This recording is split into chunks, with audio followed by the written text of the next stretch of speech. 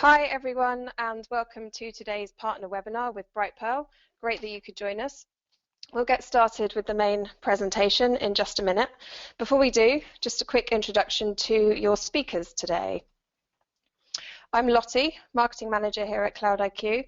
Kath Pay, who you'll be hearing from first, is the Marketing Director, also at cloud.IQ, as well as trainer for eConsultancy.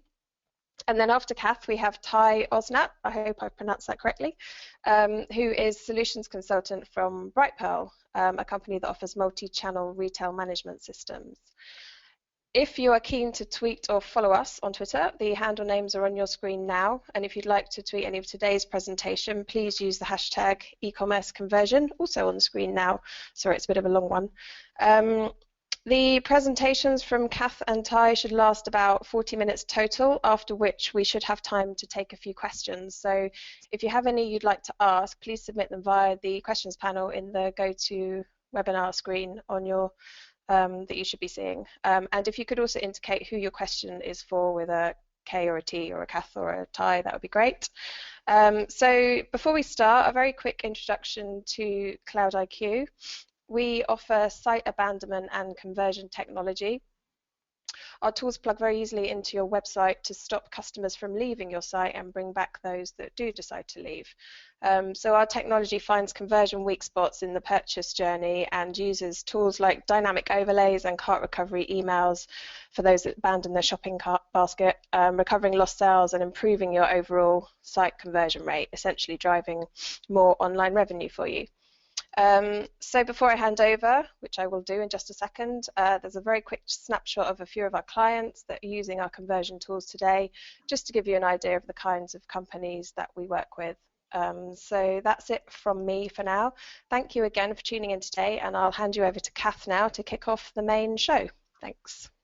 Great, thanks very much, Lottie. Can I just have a quick little show of hands by just putting in the questions or the chat, and let us know that you can actually see the screen okay and you can hear us okay as well. That would be great.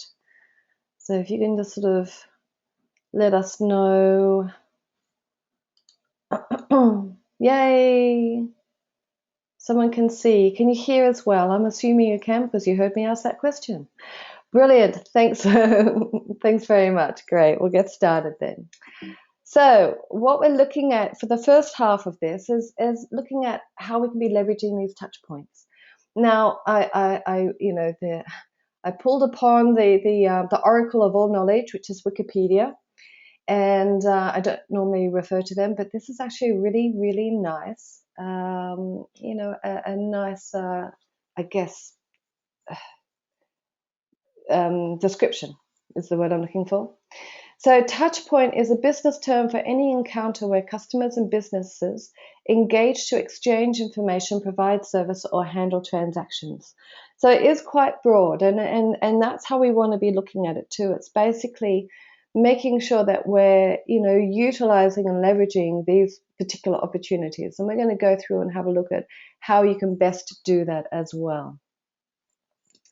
So a few examples, just to name some of them: PPC ad, banner ad, inbound marketing content, landing pages, thank you page after subscribing. All of those sort of things are absolutely fantastic.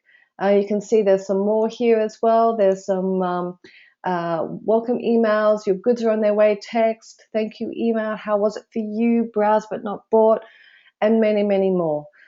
So it's not for lack of opportunity. It really is generally just the awareness of us understanding that we should be leveraging, and not only that, how we can best do this. So why do we want to be using them?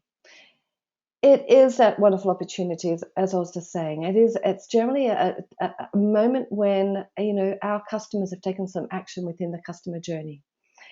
The beauty about them is that they are often anticipated as well.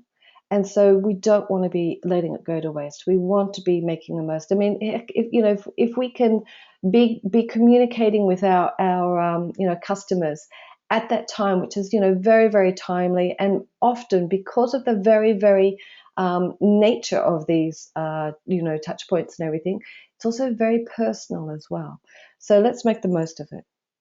So how do we go about doing this?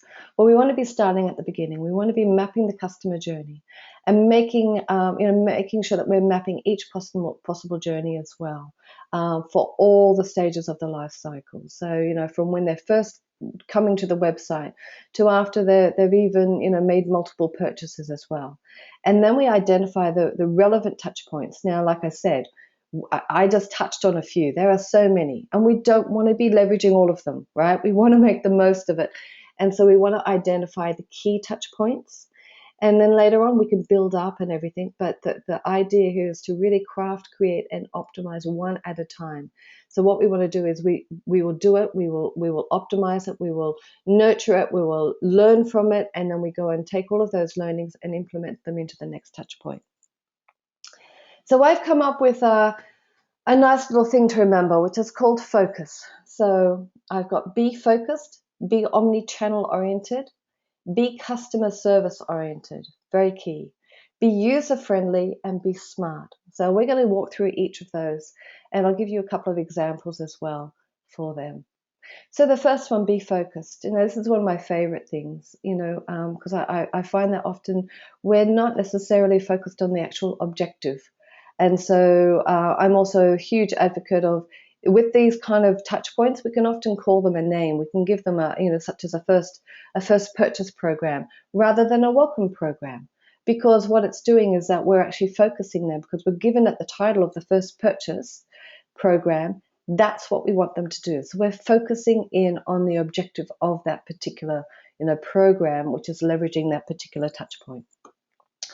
So if you don't know where you're going, it's really, really hard for you to take your subscriber or your customer or your prospect there. And that's the real key. So if we focus on it, then we're going to be able to guide them, we're going to be delivering it, and we're hopefully going to be not only meeting our own objectives, but the other side of the coin is also helping our customer to meet their objective as well. So as I said, we need to be knowing our objective and focusing on them. And often what we tend to do inadvertently, when I'm saying we certainly don't intentionally try to do this, but we often do make them work hard to achieve their objective, right? And that's just because we haven't given as smooth a journey as possible, or we've got a few, too many barriers to conversion, or we're asking too much of them. So, this is a sort of opportunity then, once we've gone and done our mapping, we can actually go through and we can be a user, be a customer, be a prospect, go through that journey and sort of go, actually, you know what, we could improve this. So how we can apply this particular one, the focus, right? Be focused. We can actually be using things like, this is a touch point, which is just leveraging, someone who has come in and they've purchased. And what we're doing here is we're actually sort of maximizing this opportunity by sending them another email and saying, thanks for your recent purchase. Okay, so it's very personalized. It's almost, it is going to be anticipated. It's very customer service oriented. And then it also gives us a wonderful opportunity to actually be upselling or cross-selling. So these are called trans-promo emails, and they're transactional with a bit of promotional content. Now, different countries have got different legislations. In the UK, we don't actually have a legislation that actually covers this, because transactional emails are not covered under the PECA law, right? They are service-based emails. However, a promotional email is. So the best thing to do, if you still want it to be regarded as a transactional email, is to do 80% transactional content, 20% marketing content. If you have any more than that, then basically just treat it like it is a marketing email, and make sure that you've got permission, make sure that you've got, the unsubscribe and all the rest of it there. So that's fine. It will still come across as being that service-based message, because you are referring to that purchase that they made. So it will still work a treat for you. The second one is be omni-channel oriented. Now, the thing is that, we as marketers, we do tend to think via channels. We are very channel focused, and even our job remit often is, we're email marketing, we're SEO, we're, website and all the rest of it. And we're very, very focused that way. We're rewarded that way. Our remit is, sort of generally, focused on one of those ones. customers are not that focused at all on channels. All they know is they're speaking to the brand, right? Regardless of what channel it is that you're communicating to them. So the idea here is to really, really understand that they are savvy. They have got high expectations, and we need to meet those expectations, and to be where they're at, and give them what is the most appropriate and most convenient channel according to that particular touch point. And here we can be going here and identifying where our customers are. How do they shop? How do they buy? What devices are they using? What channels do they use? Obviously, you don't want to be sort of going, hey, we're really, really strong in this particular channel, and then you go and find that your customers aren't using it. Like I said, what's convenient to them? And of course, you have to think what is logistically, and also with regards to even budget and everything, resource, what is possible for you. So don't sort of go out on a limb and say, okay, this is what our customers are all doing, if you can't actually carry it out, because then you'll be sending mixed messages. So how can we apply this, right? The omni-channel approach. Well, we can have a look at this one. So this is our Apple Store, and we can see that this is a great experience. So you walk into the shop. Many of you have probably already done this. You walk into the shop, you get a fantastic service, okay? This offline experience, you get greeted at the door. They'll go and select the item that you're actually wanting to look at. You say, yes, I want to buy that. They then pull out their little card machine. They go and put all the details in, and then they say, would you like your receipt now, or would you like it emailed to you? And I always opt for the email. Then they email me my receipt. It's really, really lovely. So again, what we're talking about, we've got the offline experience, but then they're also then delivering a very nice personal receipt at the end of the day via email, which is great for keeping your records, because I'm hopeless at keeping paper receipts. But here we go, is another one. And so this is from Argos. Thank you for shopping at Argos if you requested it, and all the rest of it. So what they're doing here is that you've ordered it online, and then you've picked it up in store, and this has taken off hugely. This is a really, really, really popular, solution to be implementing. Again, if it's logistically, available, if you can actually, deliver this. But this is another, example of a omni-channel. And then, of course, you've got the text delivery message as well. So this one was from Hobbs, and it was using DPD, and they always give you very, very personalized, very great customer service with this as well. And via the text, because this is where you are. You mightn't always be at your desk getting your email, or you mightn't have your email on your phone, but you can receive it by text. So it's great customer service. Which brings us onto our next one. Be customer service oriented. Now, this is a pretty key one, because we are leveraging those touch points, which are very, very personal. We want to make that experience very personal as well. And this is where the customer service comes into it, because we all love customer service. I ask hundreds and hundreds of people this every year, and I've never had anyone say, no, you know what, I hate it. We like to be treated well. We like to have our needs met. We like even to be preempted sometimes as well. So anything that you can do to make their experience better and easier. So I'm not just talking customer service afterwards, I'm talking beforehand as well. So if we can start to think that what we're doing is we're doing customer service beforehand, we're thinking about the customer. And this just comes down to that, that expression, customer centric. And we are focused on the customer, not necessarily about our own processes. So we could be dressing up our marketing messages as customer service. Customers do have a high tolerance for messages which are helpful. And so if you think about it, right, most of our marketing messages that we are actually sending are permission based. And certainly if we're, B2C, which not all e-commerce is, but if we're B2C here in the UK, you have to have permission. So what that means then is that if we look at that audience, these people have signed up to you because they want to hear from you. And you have said to them, we will deliver you this. We will give you, in exchange for your giving us your permission to market to you, we're going to be giving you a weekly newsletter. We're going to give you the latest deals and offers, and we're going to, all of that sort of stuff, right? So what we're doing then is we just need to think about that we have to simply deliver upon that promise.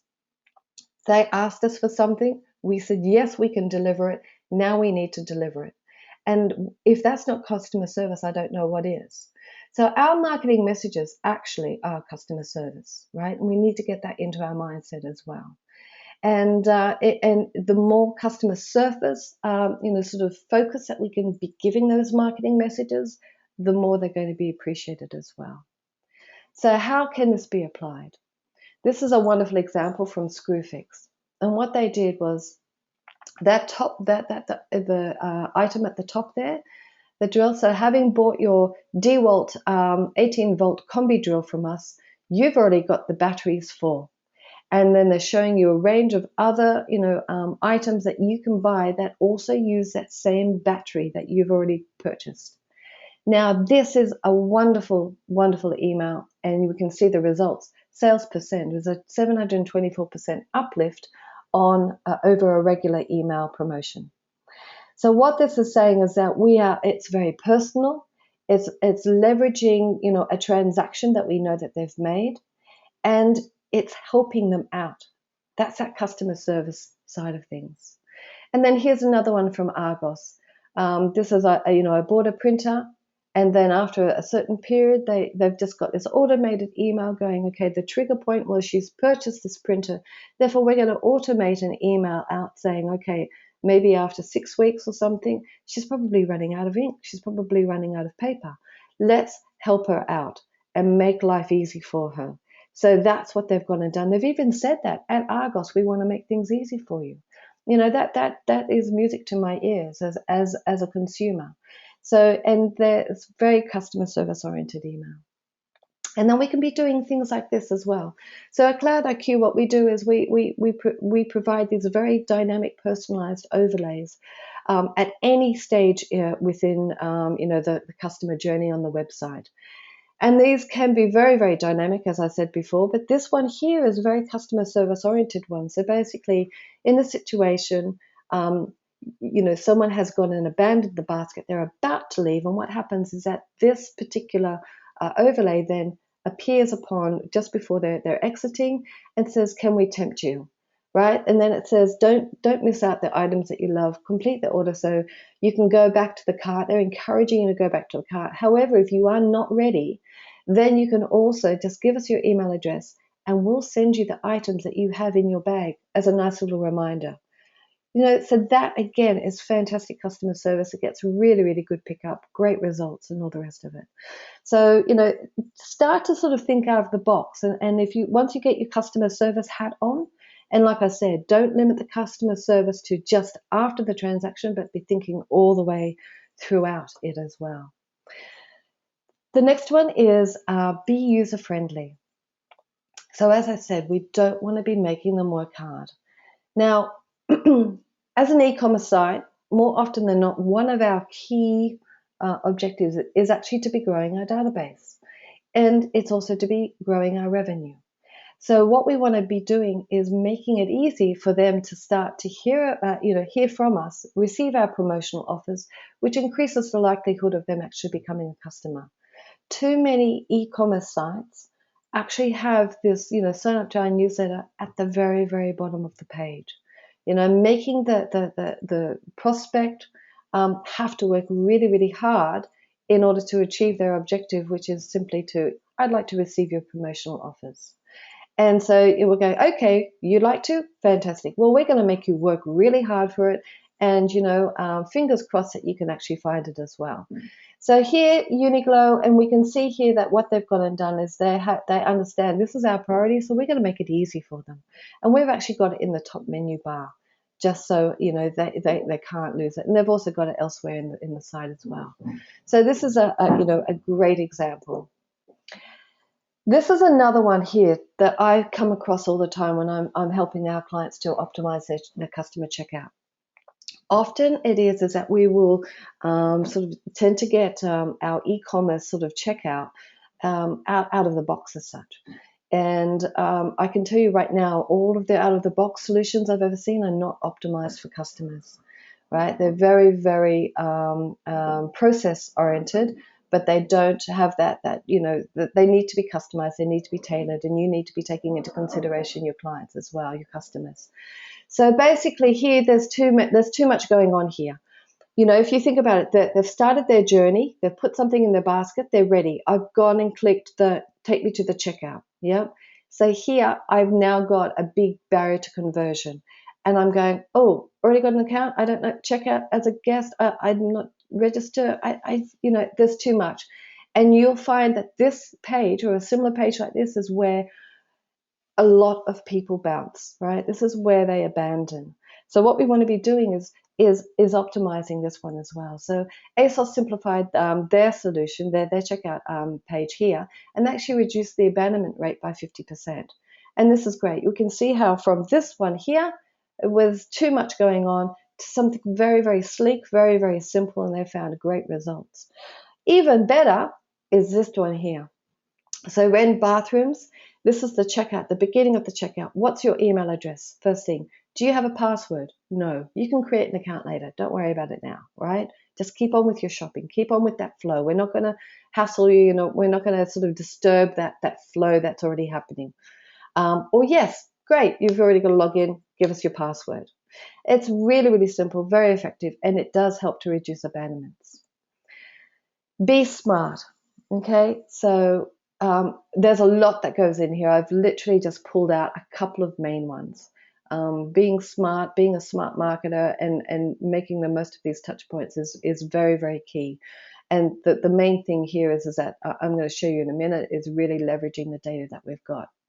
But we want to also, as I was saying before, a few of the things I've been talking about have been making sure that we are actually optimizing the journey. We are not just accepting that this is good enough, right? We're going to look at our web stats. We're going to actually find out where the key places are that they are bouncing and see if we could be doing some testing to reduce the abandonment at that particular page or stage in the checkout journey or wherever. And this one here, so this is a case study from Groupon using iQuant. And what they did was they used the iQuant's tool to actually determine how their database, or how their viewers, their prospects, were actually seeing the homepage. Now, we're all very familiar with Groupon. We understand what its main objective is, and that is to get a subscriber on their database. That's it. That's once they've got someone on the database, they then can start to email them and convert them into buying products and everything for their advertising clients. So we can see with this particular one that in the dark there's actually the sign up point, but it's not visible. It's not easily visible because of just the layout, the imagery, the design, and everything like that. So what they did is they went and did lots of iterations, and they ended up with this version here.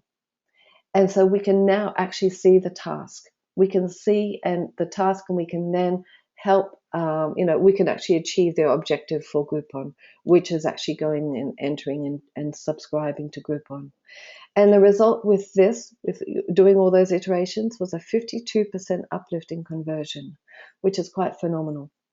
So these kind of things, we have to make it easy. If we're sort of presenting them with something and we know what the task is, but it's not immediately visible for the prospect or the customer, then they're going to look at it, they're sort of going to go and they're going to jump off. We really need to take these kind of things into our hands, own them, and become the director and make sure that we are guiding them accordingly. So this one here, leveraging what you know about the data, about them, and we can see, I call this the Holy Trinity. So we've got data, insights, and automation. The three of these combined is amazing. The results that you can gain are huge, and I'm going to give you a couple of examples here. So again, this is Screwfix, and what they did was, this is a browse abandonment. So this is someone who's gone into their website, had a little bit of a looked at a couple of drills and everything, but they didn't add to basket, they didn't buy. They simply had a little bit of research, a bit of look at everything, but then they left the site. So what Screwfix then did was they then sent them back an email. And they said, as someone who's recently browsed our site, you might be interested in these bestsellers. So here they are, is they're providing lovely customer service, which is personalized because it's personalized in that this is the kind of items that you are looking at. But it's depersonalized because they haven't said, hi, Kath. There is, with these kind of things, there is there's a balance to be achieved between personalization, which is really effective, and over personalization, which can be a bit scary.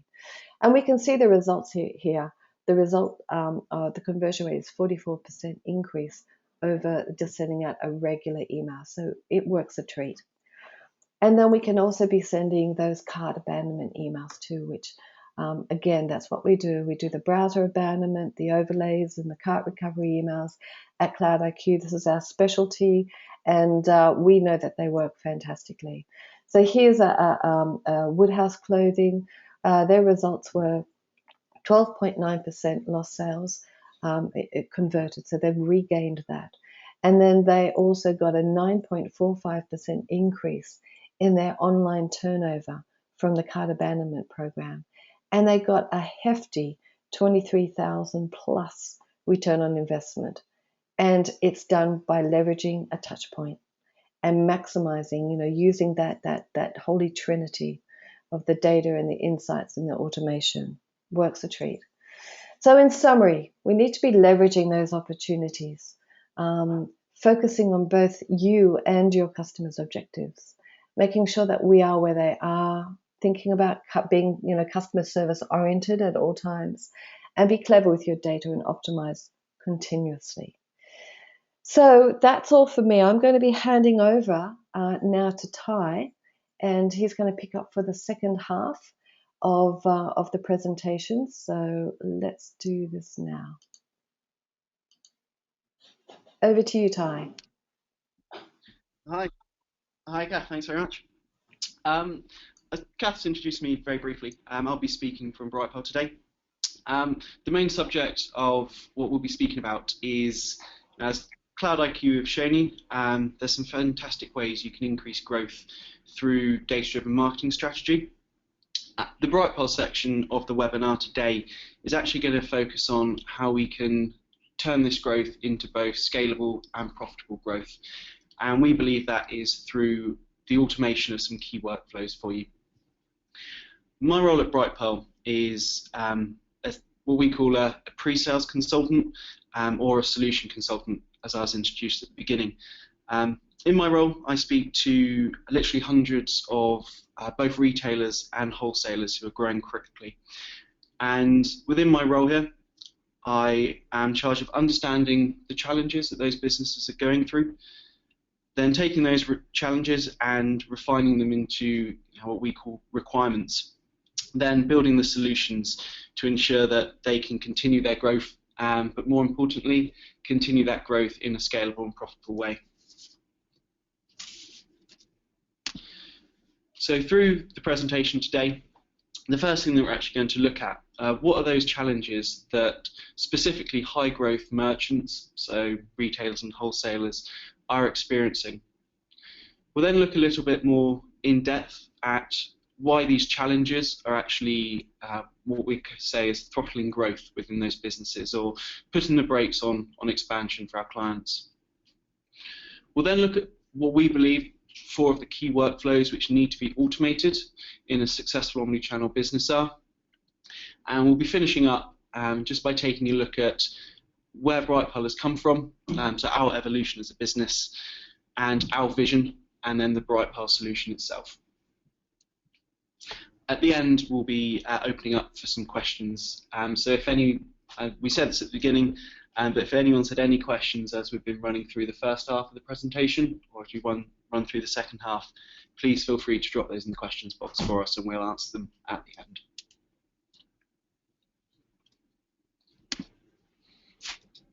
So the challenges which high growth merchants are experiencing.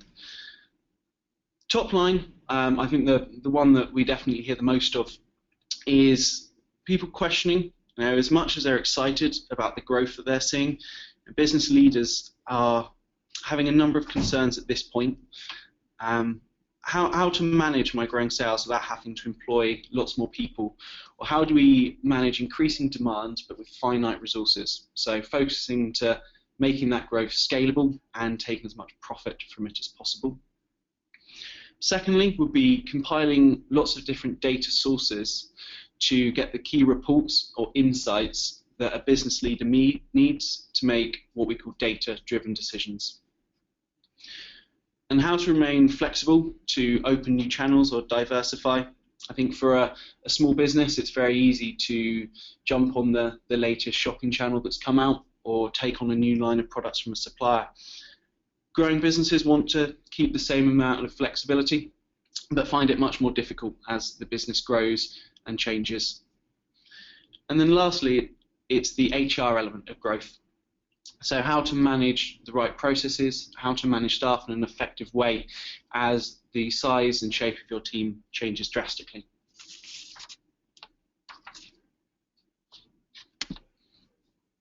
So within these challenges, what do we believe actually really puts the brakes on further success or growth?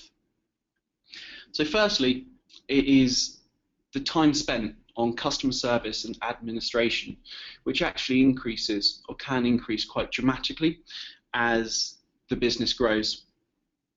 So with more orders coming in, a lot of the time, as growth happens, business leaders are quite cautious about bringing more fixed cost into the business, and the existing staff can find themselves quite stressed to ship orders or process orders out the door. So many of the businesses that we speak to, they still have quite a high number of touch points between an order being placed on the sales channel, the order coming into the back office, and that order being shipped out. And those manual touch points can be copying and pasting, retyping orders in, or as small as just approving an order. But the more manual steps you have when you deal with the order in singularity, it actually really affects the economy of scale that you can find as a business as you grow. And if you're taking 100 orders and it's taking you 100 minutes to process each order, it's actually quite common for businesses as they grow to find themselves taking 500 minutes to process 500 orders or even more. And the reason it can be more is when we look at the number of mistakes which businesses start to face as they grow. So as your warehouse become more pushed or there's more products on the shelf, we can find that mispicks are much more common. As you're shipping more deliveries out with the same amount of staff, your staff might tend to rush, the copy and pasting into the courier system's going wrong and incorrect delivery addresses are used. And with more product lines being taken on or your product lines moving faster, we actually see businesses what we call double selling a lot more, so taking orders for products which you can't fulfill. Many customers are saying as well it actually takes approximately 5 times longer to manage an exception than it does to manage a normal order. So whilst orders are growing, the number of mistakes are growing, and customer service and admin for those orders which have been mistaken becomes a real drag on the business. Secondly, business decisions are starting to be made on out-of-date or incomplete information. As businesses are smaller, the business leaders or decision makers tend to be very close to the action. They might be packing boxes themselves or purchase ordering themselves, and this makes it really easy to keep a handle on what's selling well, what's profitable, which products should be invested in. But as a business grows, the people making those key decisions tend to be separated from what's actually going on the ground and have to then rely on management information and reporting to get the information they need. Without automation in this area, actually getting the correct information can take a lot longer, and people are telling us that they're making business decisions, investing in products on what comes down to guesswork. Also, if we look at purchase ordering and the number of transactions, money coming in and money coming out, again, as these transactions grow and multiply, and potentially a large number of people in the business are raising purchase orders, it becomes a lot more difficult for a business owner to understand what their up-to-date cash position is as business. And the last point is in terms of a changing workforce. So scaling growth is going to mean increasing the number of staff we have in a business, and managing new temporary staff staff on 0-hour contracts potentially can be a lot more challenging than the members of staff you're more likely to have in a smaller team. So we have businesses talking to us about, they're starting off with a very well-skilled team, a warehouse manager who knows the job inside out, and customer service team who know all of their products. But placing so much trust and reliance on single members of staff isn't a scalable approach. And a growing business needs documented, easy-to-use workflows and an easy process for any new member of staff coming on board. So no member of staff in a growing business should be a single point of failure.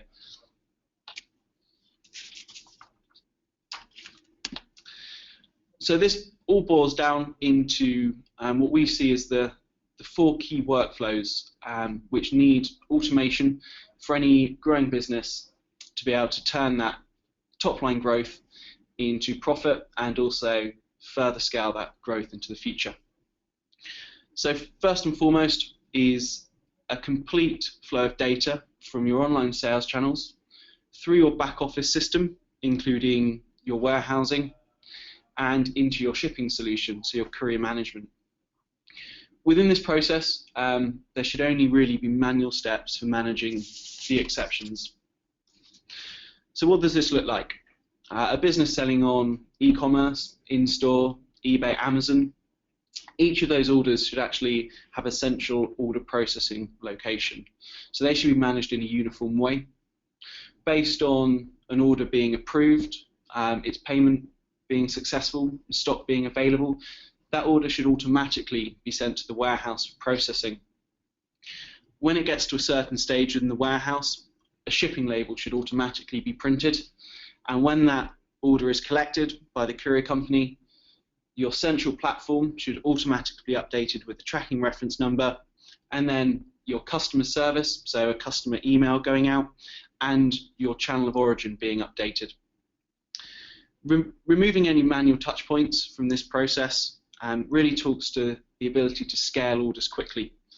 So if it's taking you 100 minutes to process 100 orders, by introducing automation here, we should see a business being able to scale up to 500 orders or 1,000 orders without a huge increase in the manual or the time resources to process those. And it's important that we have here, you should only be managing the exceptions at this point. So an unexceptional order should flow through the business, doesn't need a customer service representative or a manager to approve. Only when a payment fails, for some reason there isn't stock on the shelf, or a customer is cancelling an order or a return, should there be any manual intervention. The second process we believe should be fully automated is stock management. And what's meant by this is inventory control all the way from raising a purchase order, removing stock based on your sales orders, and understanding your stock position and profitability of stock from an accounting point of view. So as soon as stock is purchased and received into the business, this stock should automatically be added to your new sales channels. This allows you to maximize cash investment in stock and ensuring you haven't got anything sat in the warehouse which you've invested cash in but isn't making you return. Secondly, as orders come in from channels, stock should be reduced. And sales order integration into stock management is actually one of the key factors in being able to easily add new channels. So into that central stock system you could plug a new shop, a new marketplace, a new website. Your existing stock pool you can then represent on new channels for new customers. You don't have to spend any more money on stock to do that. And lastly is making sure that you have enough stock. So for any retail or wholesale business, if you were to go out of stock on your best-selling line, you could be suffering huge opportunity cost and missed revenue. As more businesses are importing, it's not uncommon to have a lead time of 6 to 8 weeks for a new product, and that exemplifies the issue. It's not possible to get your products in overnight. You could be losing tens of thousands of pounds. So the last piece of automation in terms of stock management is a system which allows you to be able to view historic sales data, plan that around your lead times, and set minimum stock quantities against each of your products. These minimum stock quantities can give you a forward warning as to when products are reaching critical levels and enable you to ensure that the 20 going to make you 80% of your revenue and never going out of stock in the business. The third point for automation is the production of management reports and sales analysis information. So here we're talking about profit and loss, balance sheet, cost of sale information, as well as being able to see which products are selling best, which channels you're making the most money on, and which customers are performing best for you. A business which is using sales ordering, stock management, purchasing and accounting in separate platforms would typically get management reporting and sales reporting, including profit, at the end of each month. However, making decisions based on month end is not effective in a high growth business when decisions need to be made quickly to maximize potential opportunities, or identify areas where you're not making the profit you should be and ceasing those activities. So here we recommend implementing perpetual stock, whereby on a day-by-day basis you're able to see cost of sales and profitability, and integrated accounting, especially cost to center accounting. So every day business leads are able to log into the system. They can not only see their revenue from each channel that they're selling on, but they can also see cost of sale, they can see marketing costs, staff costs and shipping costs to truly understand every single day, every single week, how profitable they are on each of their sales channels, how profitable they are on each of their products. The last point we have for automation is automation within the warehouse. Specifically, businesses here would use a print, pick, pack and ship routine. The warehouse tends to be the business area where staff might be most, or staffing is most elastic. So a seasonal business might have 2 people within their warehouse in their down season, and they might have 20 people in their warehouse throughout Christmas. A warehouse therefore needs a process in place which is easy to use, where training can be provided in a matter of hours and not a matter of days for new staff. It needs a system which is auditable, so you can understand which member of staff has made which change. So if staff are making mistakes, it's easy to audit. And businesses here might also choose to implement things like barcode scanning, so ensuring at your packing bench and your goods out process that only the right products are in the box. This eliminates the risk of having your experienced warehouse manager go on holiday or go off sick in your busy period. It means you can bring in part-time or temporary staff easily and reduce your training overhead. And it also means you could have complete views into which staff are performing which actions within the warehouse and ensuring that staff can't be shipping the wrong products to the wrong people.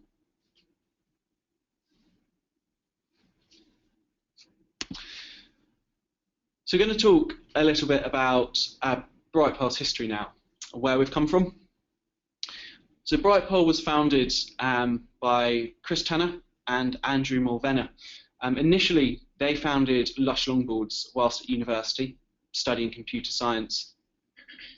Lush Longboards was a distribution company selling longboards both direct to customers but also on a traditional distribution model. And Lush Longboards was grown by Chris to the 3rd biggest distribution company for longboards in the entire world. Now, in 2007, Chris started to code Bright Pearl for use in his own business. So he, like many of our customers, was growing really quickly, but he had his sales orders in his shopping channel. He was accounting in a separate online system. Purchase ordering was done in a combination of emails and faxes that were going out to suppliers. And he realized that there was no one in the market which would automate what he saw as the key workflows for his business, which would help him drive growth. So in 2007, he sold Lush Longboards who are still a customer of Brightpearl, to actually focus on growing Brightpearl and in building the technology. So fast forwarding 8 years, we now have over 1,200 customers using the platform worldwide, and we employ 80 people. So there's 60 of us in Bristol and around 20 in San Francisco. There's a couple of examples of customers that are using us. We pick these as their typical verticals, so we're dealing with lots of customers selling furniture, fashion, apparel, homewares, and jewellery. So Brightpearl's, and I should say Chris Tanner's vision, was to be the platform which helped a growing retailer manage all of their key processes, being orders, inventory, customer data, accounting, and reporting into one place. We call this a multi-channel retail management system, and we are the only platform in the market which is dedicated to SME, growing retailers and wholesalers, and we're aiming to bring that profile of business, the same sort of resources that enterprise businesses have been able to provide themselves historically. So Brightpearl will provide integration to key channels such as eBay and Amazon and all the market-leading e-commerce platforms, as well as support for point of sale. Connecting into channels, we will synchronize your sales order information. We can then manage your warehouse processes, integration to courier and shipping companies. Brightpearl has integrated accounting and analytics to give you real-time data on profitability and performance. And the system will also manage suppliers and customer information, as well as replenishment and purchase ordering. So through integrating each of these core functions, Brightpearl allows businesses to scale very quickly and maximize opportunities provided in the market or through platforms in our App Store. So in addition to having key processes tied up within the system, we integrate to key partners and market-leading technologies to allow businesses to keep a competitive edge.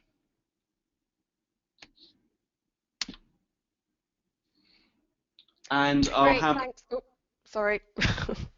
I'll hand back to you to field questions now. Sorry, thanks Ty, jumping in there a bit early. Thank you for that, those two great presentations. You both certainly covered a lot of ground. Just a couple of questions. Ty, I'll start with you, as we've just heard from you. How easy is it to set up a solution like Brightpearl, and how long does it take? Hi, thanks very much.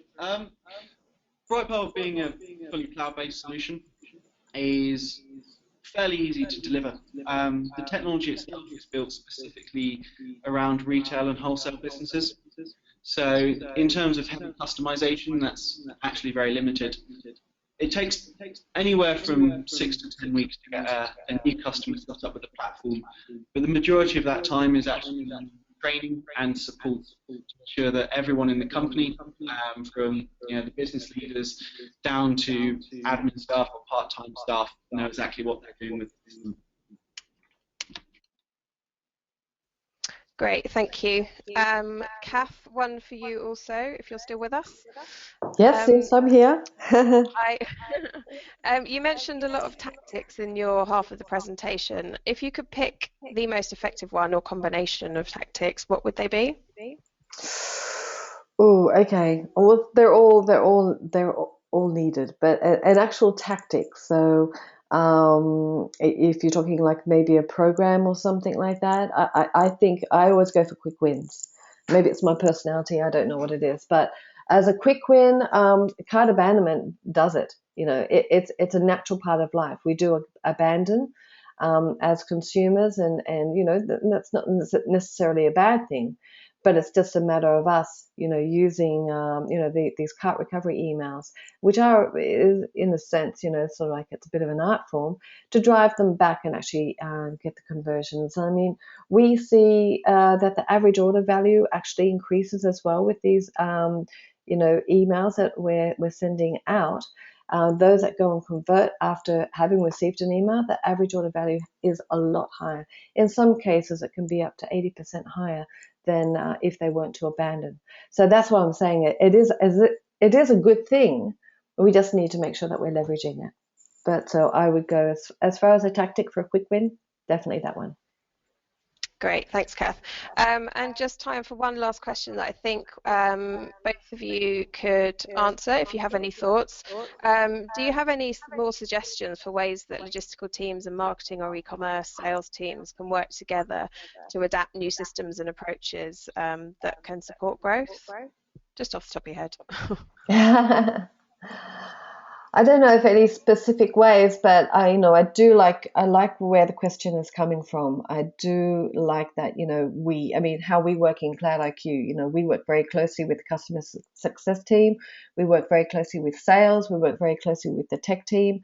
It's kind of like understanding how everyone works, and that there is not just from the customer's perspective, a seamless journey through for them, but we are working behind the scenes, working together to provide that seamless journey. And in order to do that, we actually need to be working together as one, rather than those, compartments that we tend to be compartmentalized and everything in our section. So keep that conversations happening and learn from each other, and seeing how, you can be, of course, with the one aim to make sure that everything's working best for your customer. In Bright Pearl's case, they're helping their customer to help their customers, and it's pretty much the same with us as well. So it's just a case of all working together. And Ty, I know you mentioned flow of data and training. Did you have anything to add to that in terms of how teams can work better together? Yeah, I mean, there's two points which I find clients coming onto a system like cloud.IQ or Brightpearl speak about, and that's bringing together typically data that's held by an accountant or controller, and data used by marketing teams. So things like how profitable products are. It seems obvious, but if you're marketing, remarketing to customers, making sure that the products that are focused and the products that are brought to the customer's attention are not just bestsellers, but are the high profit products for the business. And secondly would be things like return information as well. So someone working in the marketing team might not have access to which products have high return rates. They might only be looking at products which are selling well. And returns can have a huge effect on profitability. So ensuring that returns information is captured in the same data that a marketing team is working from, it can ensure that, again, when we're increasing conversion, when we're getting customers to purchase our products, is making sure it's the right products to drive profitability and growth. Yeah, that's great advice. Yeah, really good. Great, thanks, Ty. I think there's a bit of a delay on the line, so apologies for that. I can hear myself back. But thank you to both of you for joining us today, for Kath and Ty, for presenting to us today and sharing their expertise. And thank you to all of you delegates for joining us also. We'll be sending a recording of this webinar to everyone for reference either today or tomorrow. So that just leaves me to say thank you to our speakers, and thank you to all of you for joining. And we hope you found our webinar useful today, and see you next time.